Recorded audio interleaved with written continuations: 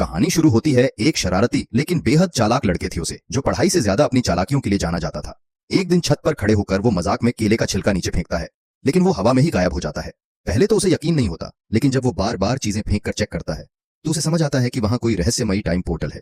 वो तुरंत अपने बड़े भाई ऑन्स्कर के पास जाता है, लेकिन ऑन्स्कर उसे डांट देता है क्योंकि थियो ने उनकी माँ की किताबें फाड़ दी थीं। असल में उनकी माँ एक साइंटिस्ट थी जो टाइम पोर्टल पर रिसर्च कर रही थी और अचानक गायब हो गई थी। गुस्से में आकर थियो ऑन्स्कर का सबसे प्यारा कछुआ उस पोर्टल में फेंक देता है। जब ऑन्स्कर उसे हर जगह ढूंढता है और रोने लगता है, तब थियो को अपनी गलती का एहसास होता है। अपनी गलती सुधारने के लिए वो खुद उस पोर्टल में कूद जाता है और अंदर जाकर देखता है कि अब तक फेंकी गई सारी चीजें वहीं पड़ी हैं।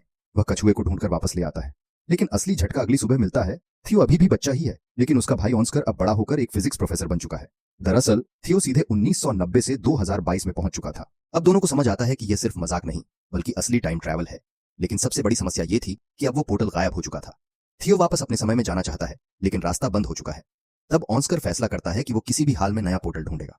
उन्हें उम्मीद है कि उनकी माँ की रिसर्च में ही इसका जवाब छुपा है, और यहीं से शुरू होता है उनका असली मिशन, टाइम को हराने का और अपनी माँ को वापस लाने का।